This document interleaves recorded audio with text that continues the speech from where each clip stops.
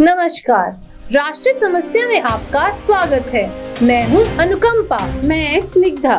NGT और उसके आदेश किसके लिए खतरा बन गए? एनजीटी खत्म करने का षड्यंत्र है किसका, ये हम बताएंगे। कुएं का पानी लेने वाले लोग फालतू कैसे हो गए? मटके घड़े उठाने वाली महिलाएं सिर्फ वोटर कैसे रह गई, ये हम बताएंगे। नदी तालाब की पहरेदारी माफिया कैसे हो गई? सीजीडब्ल्यूए 27 साल से सुप्रीम कोर्ट को क्यों धोखा दे रहा, हम बताएंगे। मित्रों, सैकड़ों फैक्ट्रियों के 20,000 करोड़ के पानी बिल माफ करने का क्या लिया?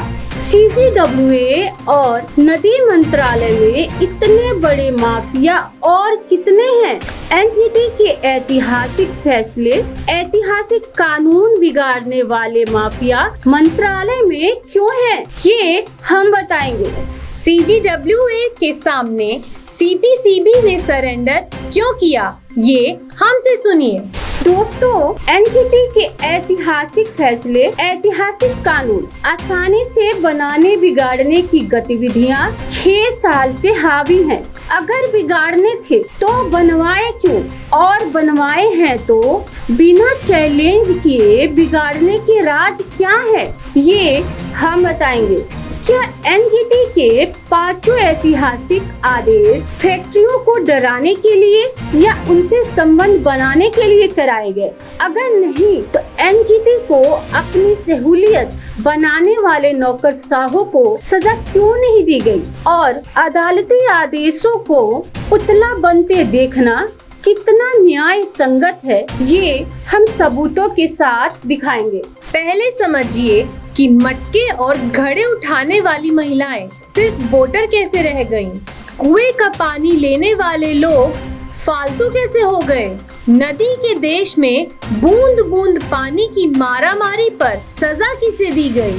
एनजीटी और उसके आदेश की दुर्दशा पर सुप्रीम कोर्ट ने विचार नहीं किया, ये हम बताएंगे। पहले आदेश कराए, कानून बनाए, दोनों सजा तय की, प्रोसिक्यूशन भी और रिकवरी के रेट भी तय किए। आदेश में लिखवाया कि अब पूरे देश की फैक्ट्रियों के लिए बिल उनकी भूजल खपत के हिसाब से होंगे, उसी हिसाब से सबको पेमेंट करना होगा। बिल की रकम जमा करने के लिए सीजीडब्ल्यूए और राज्य प्रदूषण बोर्ड अलग अलग खाता खुलवाएंगे, उसी से जमा कराएंगे और जो वायलेटर होंगे उन फैक्ट्रियों पर प्रोसिक्यूशन के केस चलेंगे। जिम्मेदारी पूरी कराने के लिए जिलेवार डीएम, सीजीडब्ल्यूए प्रदूषण अधिकारी और केंद्रीय प्रदूषण अधिकारी चारों की ड्यूटी लगाई। भूजल के सामने देश भर के सभी केस इसी केस के साथ खत्म किए गए। भूजल के मामले में देश भर के सभी केस इसी केस के साथ खत्म किए गए। फिर ऐसा क्या हुआ कि धारा 26 की कार्रवाई की नौबत आ गई? सीजीडब्ल्यूए और नदी मंत्रालय ने ऐसी गलतियां क्यों की जिस पर न्यायमूर्ति सुधीर अग्रवाल को धारा 26 की कार्रवाई के लिए विवश होना पड़ा, ये हम बताएंगे। मगर ये क्या हुआ कि बेलगाम अफसरी ने तो धारा 26 की कार्रवाई भी हवाई मान ली। तो सवाल है कि एनजीटी के ऐतिहासिक फैसले अफसरी से छोटे कैसे हो गए? बेलगाम अफसरी के सामने सचिव गंगा मंत्रालय सरेंडर क्यों है, ये हम बताएंगे। मगर उससे पहले समझिए कि मटका घड़ा उठाने वाली महिलाएं सिर्फ वोटर कैसे रह गईं? कुएं का पानी लेने वाले लोग फालतू कैसे हो गए? नदी के देश में बूंद बूंद पानी की मारामारी पर सजा किसे दी गई, ये हम बताएंगे।